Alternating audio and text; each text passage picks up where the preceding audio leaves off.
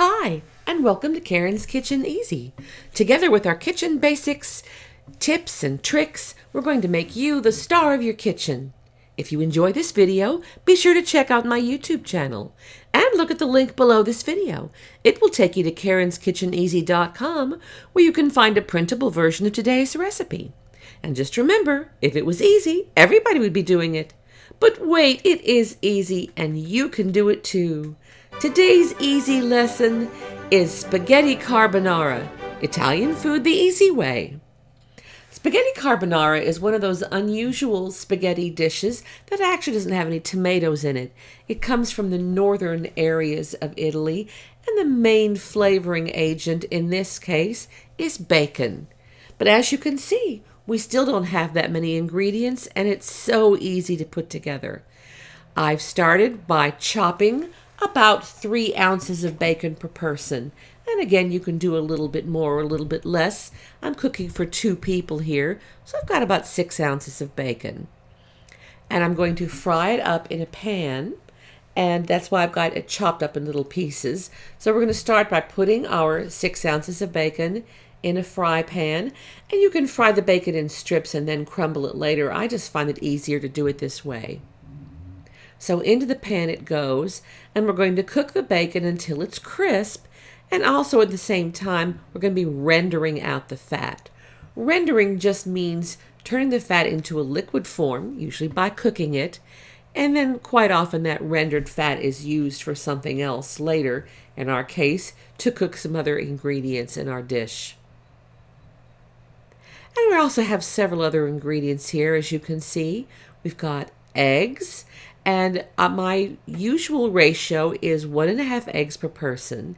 I've got some Parmesan cheese, a half a cup, a half an onion, or about a half a cup roughly chopped, and a half a cup of frozen peas.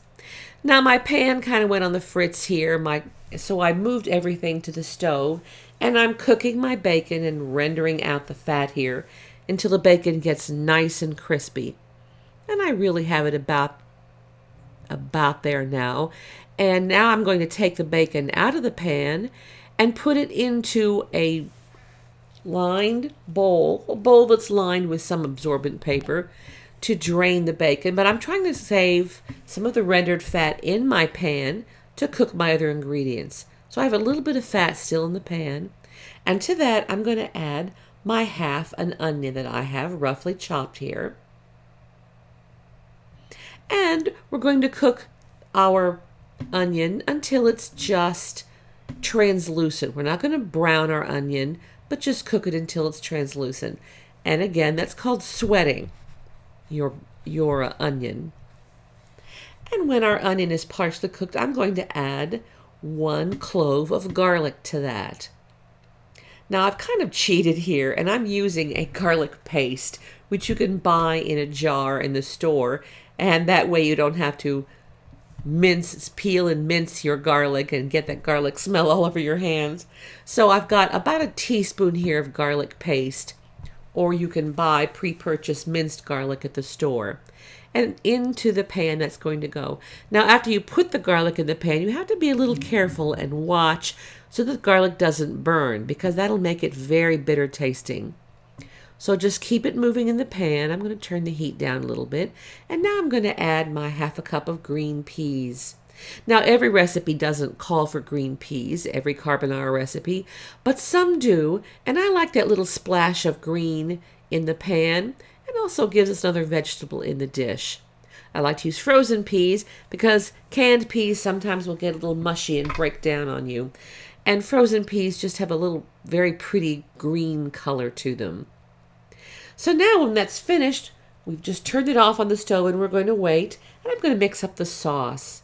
So I have my milk and my Parmesan cheese and my eggs. Now I'm going to use 1 whole egg, but then I'm going to use 2 egg yolks besides that whole egg.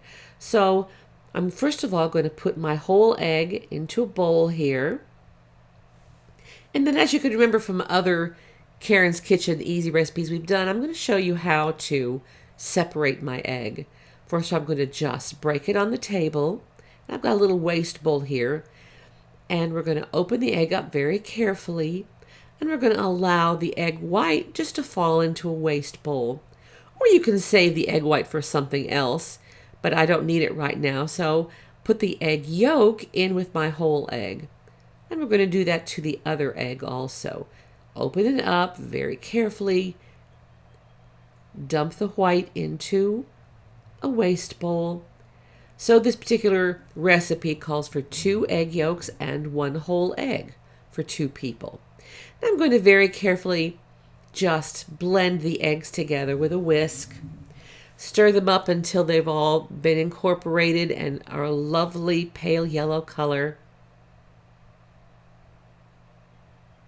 And then we're going to add it to our 1/2 cup of Parmesan cheese. And just pour it in there. And we're going to stir it up all together. Now, what I failed to tell you at the beginning was all the while I've been working on the sauce here, I've actually been cooking my spaghetti, 4 ounces of spaghetti for 2 people, on the stove in a large pot of boiling water. And by the time you finish everything else, the spaghetti should be finished. So now I'm going to thin my sauce a little bit with about 1/4 cup of milk. That's just going to thin things and make it a little bit easier to pour, because when the spaghetti is done and while it's still hot, we're just going to pour this over our spaghetti. It's not actually going to cook, it's just going to heat. So you need to be sure you have nice fresh eggs for this recipe and get them from a place you can trust where you know the eggs are nice and fresh, because the eggs aren't going to cook, they're just going to heat. So now we have our sauce all stirred up, and it's a lovely, lovely yellow color. And there really is no other salt that needs to go into this dish because we have that 6 ounces of bacon, and the bacon has quite a bit of salt in it. So now we're all done here, and I've drained my pasta and put it in a large bowl. And to that, we're going to add our onion and pea mixture.